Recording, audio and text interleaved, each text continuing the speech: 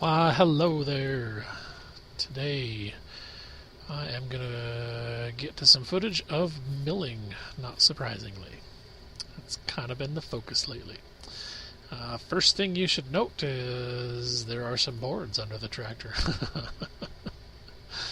That mud started to get pretty bad. This area was built up with fill that was brought in, and it was mostly level, but apparently there were right where the tractor needs to sit. There was an awful lot of water that was accumulating. It was only just a little bit lower than the area around it, but that was enough. So I evaluated what was available and what was possible, and financially this made the most sense to simply take advantage of a resource that I was creating a plethora of. So I threw a bunch of boards down the first offcuts, and then I ended up actually adding some wood chips on top of that, and I will eventually get around to adding some gravel, but that's just not in the budget at the moment. So it is what it is. This particular log, I was trying to get some purlins out of it, so I'm working on trying to get 3x6 boards for those.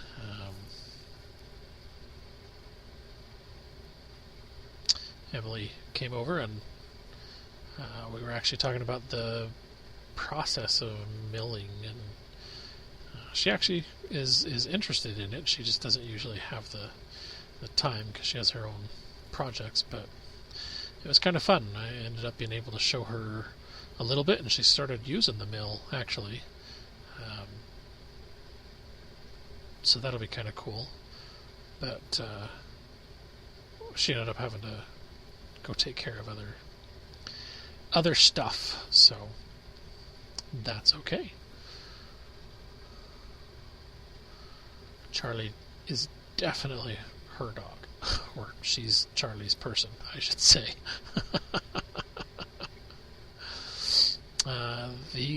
This little log on the right is the ash log that I picked up yesterday in video time, and as well yesterday in the video from yesterday. But we ended up milling that for the friend up north, so he could have some, and he ended up trading I wasn't expecting anything in return, but he ended up giving me a similarly sized piece of cedar and a similarly sized piece of alder.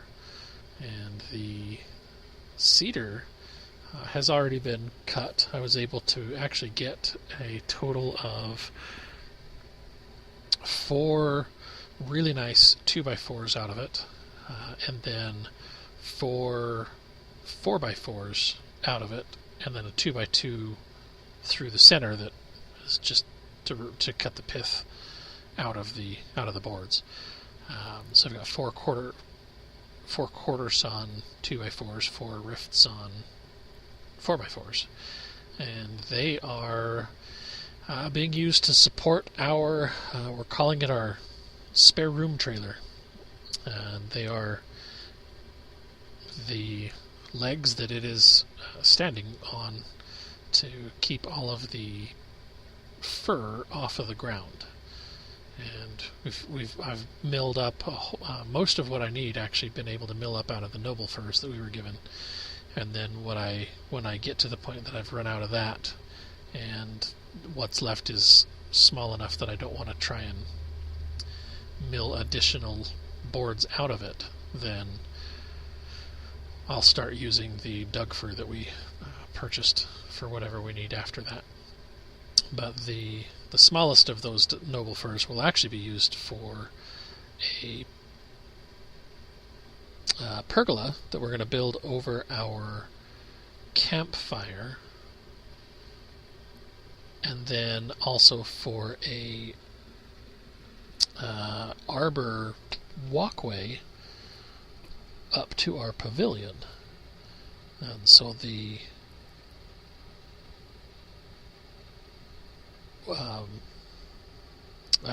plan is that we'll plant probably kiwi, but it might have to be grapes, since I'm actually regretfully intolerant to kiwi. The sad result of a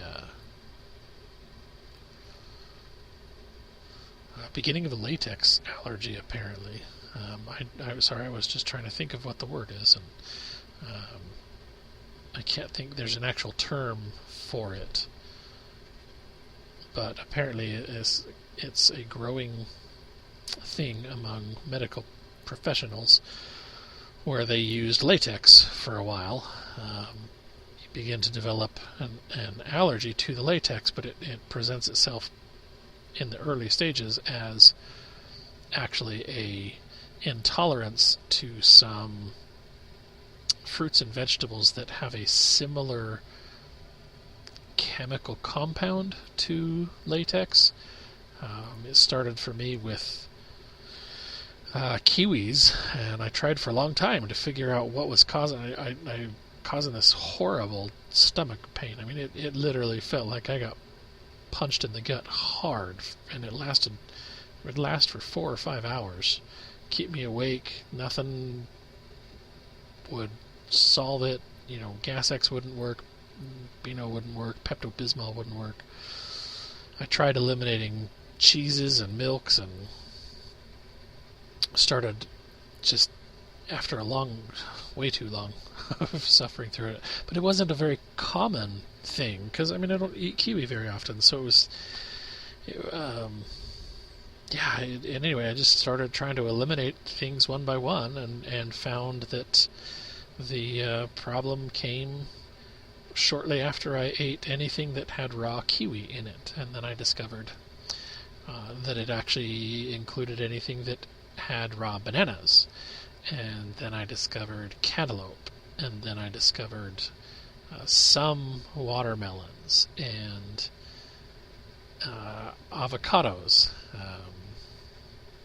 and it's just an interesting list that has been lots of fruits that I really enjoy.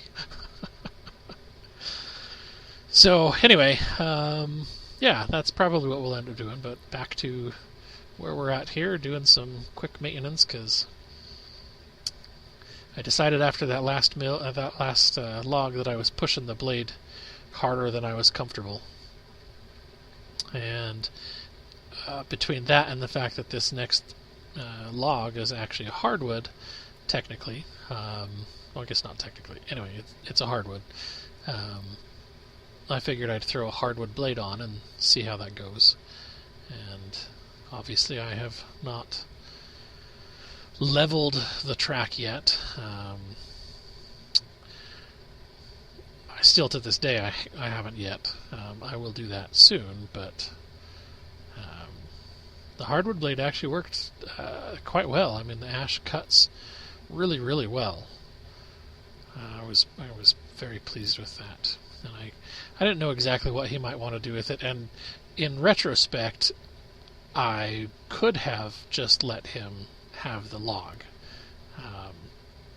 but in my head, I wanted to show him what the wood would look like, not just give him a log and be like, yeah, here you go. So I figured, it took me a whole 5 minutes to mill this down. I got I think I ended up with 1 2.5 inch, 2 2-inch, and 3 1-inch, or 2 1-inch and a 3/4 inch board out of it. Then I was just picking off some of the bark, and then I tried to stack it back up. I ended up putting a ratchet strap around it just to help it during delivery, in case it rained or something. Keep most of it dry, but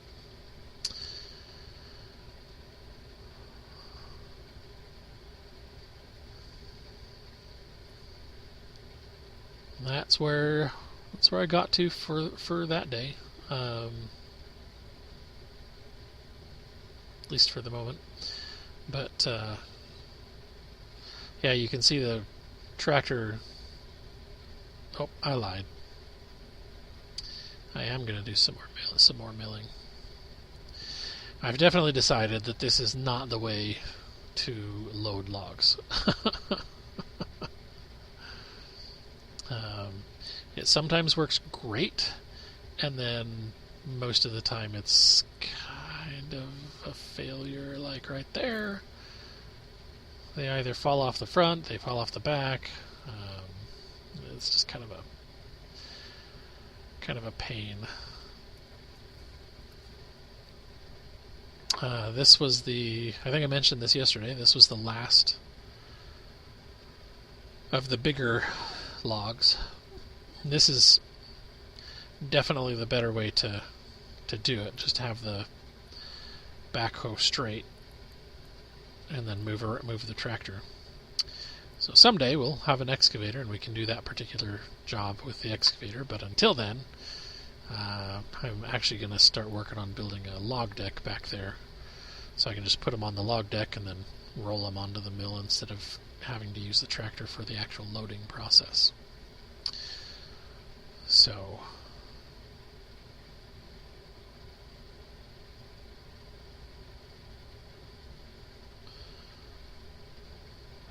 I was trying to figure out what I was doing. Like, I need to unload the wood. Why am I getting my truck? That's because I have load to give away, or logs to give away. So there I've got the strap around it. It actually helps with moving it a little bit, as well as just holding it all together. So that was kind of nice. That was a fun trip. One of the things that this guy's actually turned out to be a really cool friend. He's got he had an old Miller Thunderbolt 225V welder, arc welder, and I need a welder. And we were just discussing the trailer frame that I've been working on, which you'll see in upcoming videos. It now has residence basically right there between the pickup and the dump trailer for the time being. But we were talking about how I want to make a log arch on it and do some repairs and just make it a really nice equipment trailer. And he said, well, hey, I've got this old welder I haven't used in 20 years. It needs new cables. If you're willing to build cables for it, it's yours. So I now have a welder. I still have to build the cables and then clean the inside of it just to make sure that everything's in working order. But that's one of the beauties about the old arc welders, is there's really nothing to go wrong. There's a fan, there's a transformer, there's a switch, and there's an adjuster that moves the inside of the transformer to change the current. They're beautifully simple. So I'm actually really excited about that. But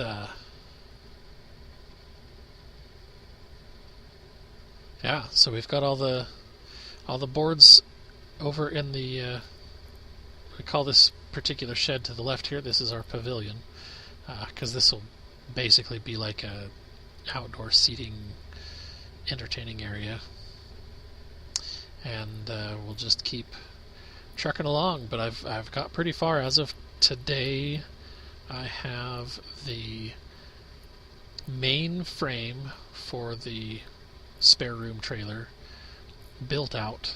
I've out of the pressure treated boards.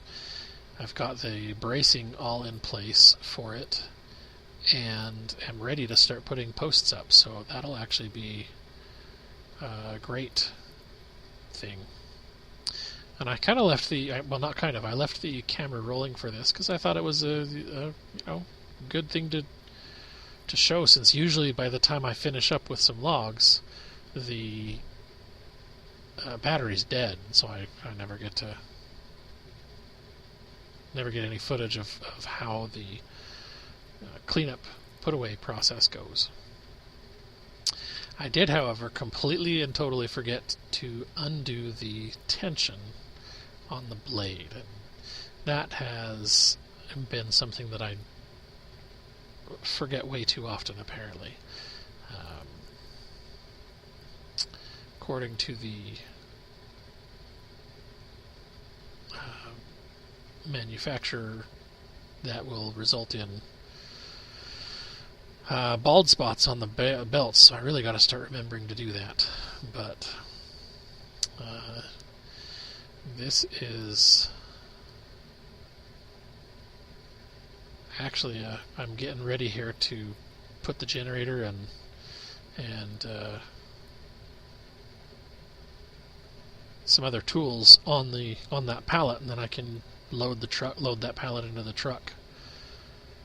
That way we can go look at that trailer, and the idea was then we can fill up tires and things. So, like I said, that'll be coming in a future video. I'm super excited about that, but thank you as always for watching, and God bless you and yours. Stay safe out there.